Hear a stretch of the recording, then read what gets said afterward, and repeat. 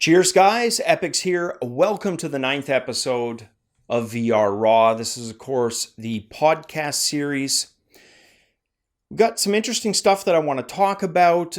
First up, we're going to talk about a Reddit mod / hack came out on Halloween that passed most of us by. That's led to an actual eBay storefront, same Reddit poster, who's now selling that modification to those of us who have HTC Vives and, of course, Vive wand controllers. We're going to talk about that. We're also going to talk about Sixense. They, of course, if it sounds familiar, the company behind the now approaching almost 5-year delayed controller. After that, Pimax. They've just announced a delay for themselves. I've talked about that the other day where I said there's not a lot to worry here. We're going to expand on that for Pimax. And then the last thing we're going to cover is EndSpace. This, of course, a space shooter game, came out for the Gear VR back in September of 2017, launched today for the Rift, and February it's going to launch for the HTC Vive. So let's start things off, guys, with the HTC Vive wand, and let's talk real quick about its controller. Now, I'm purposely not showing you the trackpad because, well, it's going to tie into the first thing we talk about. But we know that there's a trackpad on there. And one of the things that I like about my Oculus Touch controller is the fact that it's an analog nub. Now, there's advantages and disadvantages to both.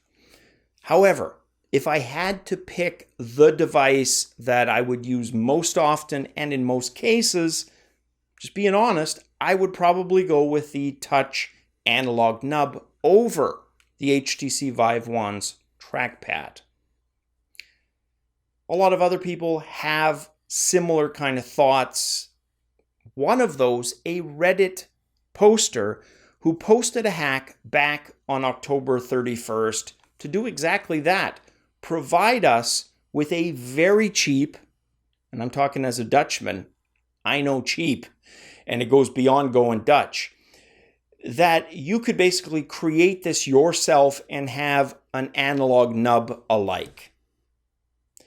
Now, for most of us in VR, and there's various YouTube channels, comrades in arms, so to speak, of mine that do VR on YouTube, it passed most of us by.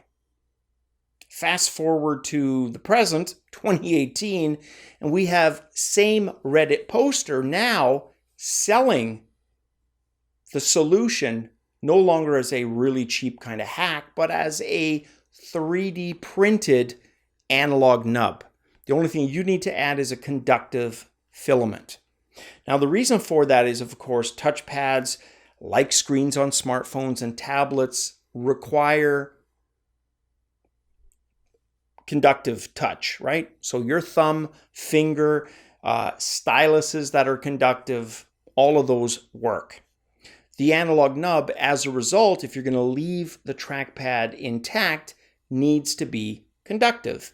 So what he did, going back to October 31st, like I said, Halloween, he had a little piece of aluminum foil with a conductive filament, and it was spiraled kind of like a spring. And the reason for that was to allow it to go back to center. So if you move it away, let go, the analog little hack nub recenters itself. So he basically took that original Reddit and then made the 3D printer files. Now, my hack cost considerably less. Well, in some senses. It cost about 5 cents in parts and probably about $20 in pride. But let's have a look. So I'm going to turn this around and basically likewise Scotch tape, conductive filament in the form of a medium gauge electrical wire, same type of wire I use to wire control panels for my arcade projects, a circle nub basically created from aluminum foil, which everybody has in their kitchen, and one of those ties that you get when you purchase video cards or any kind of computer stuff or pretty much anything nowadays, which I've used to provide that spring action. So when I go up, it returns to center. Likewise, down, it returns to center. Okay, and you can move it around. Like I said, mine is the absolute El Cheapo of the cheapest. Go Dutch and then split it another 6 ways. But it works. It works perfectly fine, and you could hack something probably a hell of a lot better. In fact, if I spent 3 minutes more on this, it would have been better, right? The point is, if you don't want to do it yourself, get the 3D printer file, absolutely pay the $15, procure some conductive filament, and away you go for probably about $20. Well, there's shipping too, right? I don't know, $30 or so. But honestly, guys, you could do it yourself for a fifth of that and have it be every bit as functional. Maybe not as aesthetic, but don't we say all the time, who cares? You can't see it yourself because you got your head-mounted display on your head. I'll invoke that excuse because it applies here, right? It ain't pretty, but it works. So, yeah, maybe now that you've seen this, you can come up with something, but essentially that's what that original Reddit user is offering, although via 3D printed files. So I'll have the link of that in the description, guys, and you can check it out yourself. Or like I said, hack something yourself. Now, if you do hack something, please, you gotta show me. Link it. And that's just if it's as cheap arse as mine, ranging to an absolute work of art. I don't care. I want to see them all. Let me know in the comments below, guys.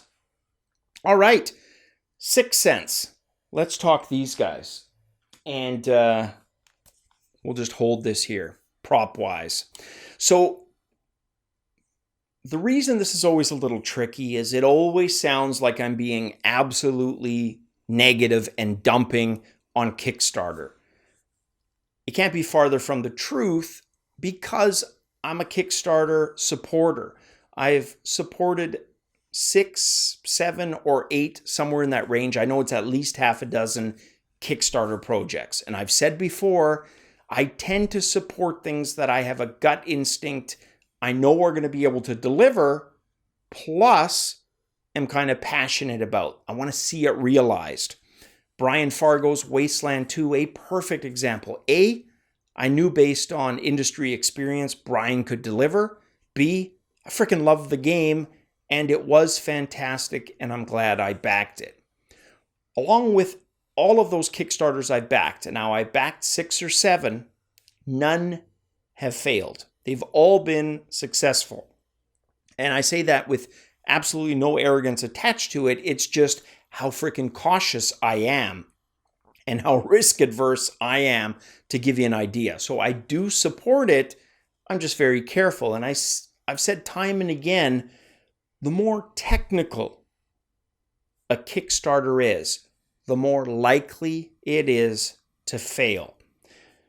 So then you could look at the games and say, wow, Epix, based on that, and 6 of the 8 things you've backed are video games, isn't that a little hypocritical? Yes and no.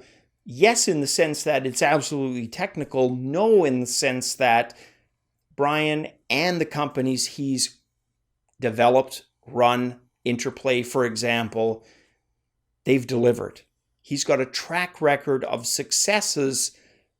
I'd be scrolling the screen for about 3-4 minutes to track them all. So from that point of view, I knew he would deliver me a final product.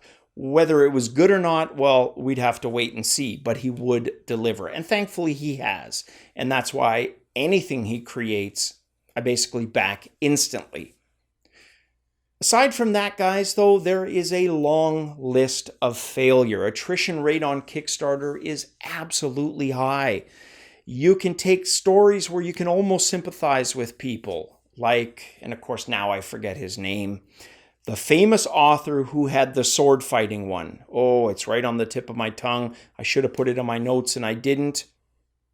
If it comes to me, I might just yell it from nowhere while we're on a different topic. But him and that project, he basically had to stop it because he didn't feel he was going to be able to deliver on that initial promise. I can almost respect that because it sure as hell beats turning tail and running away.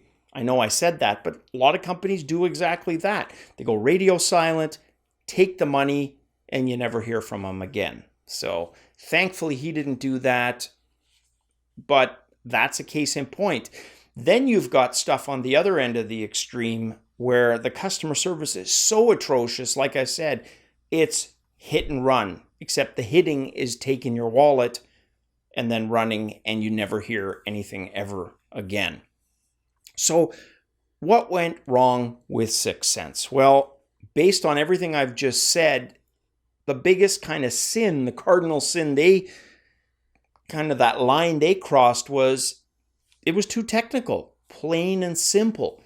They picked something that was rapidly evolving with no commercial products existing to kind of show the way. So everybody was really guessing. It was a guessing game. And Sixense was part of that guessing game. They latched onto something they hoped would kind of become the standard, and that's their whole magnetic tracking. That never came to pass. Yet they based their whole design on exactly that, this magnetic tracking. They've had issues come up that they need to solve before they can ship this to the people who backed it, that, truth be told, aren't even issues for the Rift or the Vive because they use completely different technology. So you almost get to that point where what's kind of keeping them in? Is it pride? And I can respect that. They want to finish what they started. And you almost wish it was as easy as they had this pool of funds that they didn't touch. They get into trouble. They realize it. They're never going to be able to deliver. They return the money to everybody. Sadly, that's not how it works. From day one, they were dipping into those funds. As soon as that Kickstarter passed, they were dipping. And you got to remember, and that's why I brought that up, the caveat being standards hadn't been established yet. None of these other products had actually launched when they started running into all these different issues, had their design. So at this point, as a backer, what does it become? Maybe a mantelpiece? It's a memento. Is it going to have much practical use? Probably not. Sadly, it won't, right? And that's because it was too technical, and the time frame that it needed for itself was woefully underestimated. Had they even just been able to see back then that this was potentially something that was going to take them upwards of half a decade, they wouldn't have banked it all on this tracking technology. I can almost guarantee that, and I'm sure they would say the same. They didn't have that luxury. They did bank on that technology. So at this point, yeah, if they come out with it, I just hope it becomes a very nice decorative piece, or some functionality can be salvaged for Rift, Vive, PlayStation VR, I don't know, users at the end of this. Now they say, and think about this for a second, they say they are frustrated. In fact, they say they are more frustrated likely than the backers looking in from the outside. But what's so maddening about this is what's frustrating them isn't an issue. It's not an issue. That's the madness. You look at those definitions of insanity, this fits it to a freaking T. Unfortunately, it's their reality. And that is sad all around. So there's no winners here. There's a lot of losers. But like I said, I can at least admire the fact that they didn't run from this. That would have been the easiest thing to do, guys, is run and don't look back. How many of these failed Kickstarter guys, sleazeballs, really, right? Con artists, I'm going to say it, con artists, not only ripped people off, but then disappeared and resurfaced elsewhere as if there was no issue, and some of them probably, with much hypocrisy, knocking other Kickstarters. Speculation, but I'm sure there's a few of those. So at this point, yeah, I just hope Sixense can get their issues resolved, get these things into backers' hands, and anything that happens after that point, well, it's just kind of gravy because it's probably more than a lot of those backers expect after 4.5 years of waiting. Let me know if you were, and I promise, guys, you can message me privately. I would never make it public if you didn't want me to. But if you are someone who backed the Sixense, I'd love to hear from you. And again, you have my word, I wouldn't make that public. I just want to hear your story and what your initial thoughts were. Maybe I can talk about that in a general sense, okay? So from that, let's go to something hopefully a little bit more optimistic, and that is Pimax, the Pimax 8K. So I came out on another, not roundup, but a podcast show, which I guess now is VR Raw. And I basically said, if you are a backer, don't worry. You're going to get your product. And I still strongly believe that. And I said, look, they may announce a delay. I'd be okay with the delay. And that's exactly what they're doing. They're basically saying, look, we're not going to make this. It's going to be second quarter. So based on that, by the beginning of the summer, which would be, I think, June 21st, right?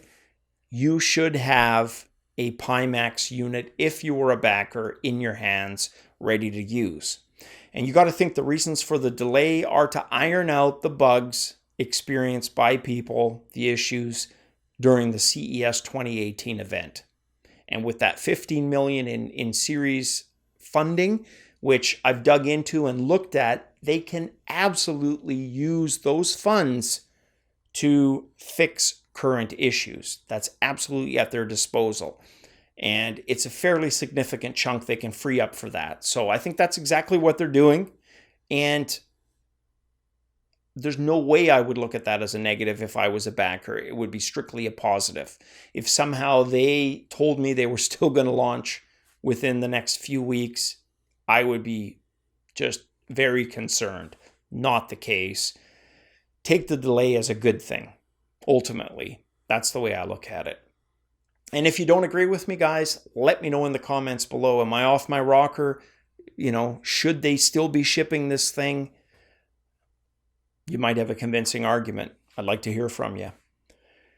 Let's end things off with a game, EndSpace, a nice fitting title for the last story of the show. So EndSpace is a first-person space game. Think more Eve Valkyrie than Elite Dangerous. Now, I know they've tried to work in some of those RPG light elements, but if you think of it more like a Star Wars TIE Fighter game from 1994 or Wing Commander, which my buddy Exidy's favorite space series, bar none, the Wing Commander series, that's probably a better description of what EndSpace is. And that's fine. For a lot of people, mention Star Wars TIE Fighter, and you are probably describing the almost perfect space first-person arcade shooter game, right? And it all started with Star Raider way back in the 1970s, and that's kind of the natural evolution of it. So, yeah, EndSpace from Orange Bridge Studios. It launched for the Gear VR back in September, and the reviews for it, they weren't terrible. They were of the, I just mentioned the TIE Fighter, for example. They said, even in those reviews, it's more that type of an experience than it is the RPG type experience that you get with Elite Dangerous. While I personally love that style of game, I'm okay with the arcade shooters too. I absolutely loved the Star Wars TIE Fighter game and the Wing Commander series, and what was the other one? Descent, Deep Space. I'm probably butchering the name, but whatever that one was, it was another space series, and at the time it had fantastic graphics. And the last game in the series, I want to say, or the second game in the series, came out right when the 3D accelerator cards started hitting the market. And the graphics, guys, that curve up in terms of quality, it was steep, really steep. And I'm talking about 1995 to 1998. Those 3 years, from Windows 95 getting released, the console scene, right up to 1998. What a time of change. It was just absolutely amazing. So yeah, EndSpace launched in September. Decent reviews for the game. Launching today on the Oculus Rift, and according to them, they're going to launch next month, so sometime in February, for the HTC Vive as well. Now, the Gear VR price was $8.99, so basically $9 US. The Oculus price today, unless it's different from when I looked at it, it was $15 US on Oculus Store, and my understanding is that's going to be the same price when it launches on Steam. So $15 for an arcade-style shooter that has a decent amount of replayability. I think that's a fantastic deal. And if you like that type of game, pretty much a no-brainer. Grab it and have fun with it. Lots of videos. If you're still not sold on that title, even at that price, check it out. So it's Orange Bridge Studios, and the game is called EndSpace. And I mentioned in the VR Roundtable episode Obsidian Ant, who does those fantastic Elite Dangerous videos. He's done a few EndSpace videos as well. So type those in the YouTube search, or just go to his channel. And like I said, they are fantastic as well. And he goes pretty in depth on how that game differs, but at the same time, the features that it has that other games don't. And there's quite a few of those. So what are they doing different with this? Well, obviously, they're throwing a lot more eye candy at it. They're adding stuff. It's still, and this, I want to be clear on this, it's still not the RPG light that Dangerous is. I know I've said that a few times now, but I want to drive that home. But it's a much better looking arcade space shooter now that it's made that journey from Gear VR to Rift to Vive. So they're absolutely taking advantage of the better hardware now that they have with those devices, and of course the PCs powering whatever graphic cards people have for the Rift, for the Vive. All right, guys, that is it for the VR Raw episode. Like I said, episode 9. Tomorrow we are back for the Game and Friday episode. Probably going to take the weekend off. Like I said, the response for VR Roundtable, guys, it was absolutely freaking amazing. And those guys have a good thing going, right? And I would never want to kind of upset that apple cart and step on toes. But if I could be a full-time person on that show, absolutely, I would jump at it. I've offered that to them. But at the same time, I recognize I was a guest, and they have a good thing going. Like I said, they're very comfortable as the group they are. It's really kind of strange and awkward bringing somebody in at this point, and I totally get that, right? So as cool as it would be, hey, if I just come back for guest appearances every once in a while, I'd be totally understanding with that and happy with that. So yeah, hopefully that's the case, and we get to do that more often. And likewise, it's shown me how cool it is. Like, it's one thing when I'm speaking to you guys, and I said this on the roundup episode, but it's still one way. Sure, I get to read your guys' comments after, which is awesome, right? But that real-time reaction is pretty cool too, and it's why I said I flirted with wanting to do streams. Nobody's really seemed too kind of interested and eager about that, and fair enough. So I'm going to pass on those for now. But if I can work more people into this channel, I think that'll just be a good thing. So I'm going to try moving forward to invite people onto this channel and kind of continue that a little bit, maybe as paired chats, right? The natives of the world, whoever it is, and do things that way. All right, guys, that is it for this episode. I know I said that about 4 minutes ago, but that's the way these things work with podcasts. Guys, catch you tomorrow for the Gaming Friday episode. As always, cheers.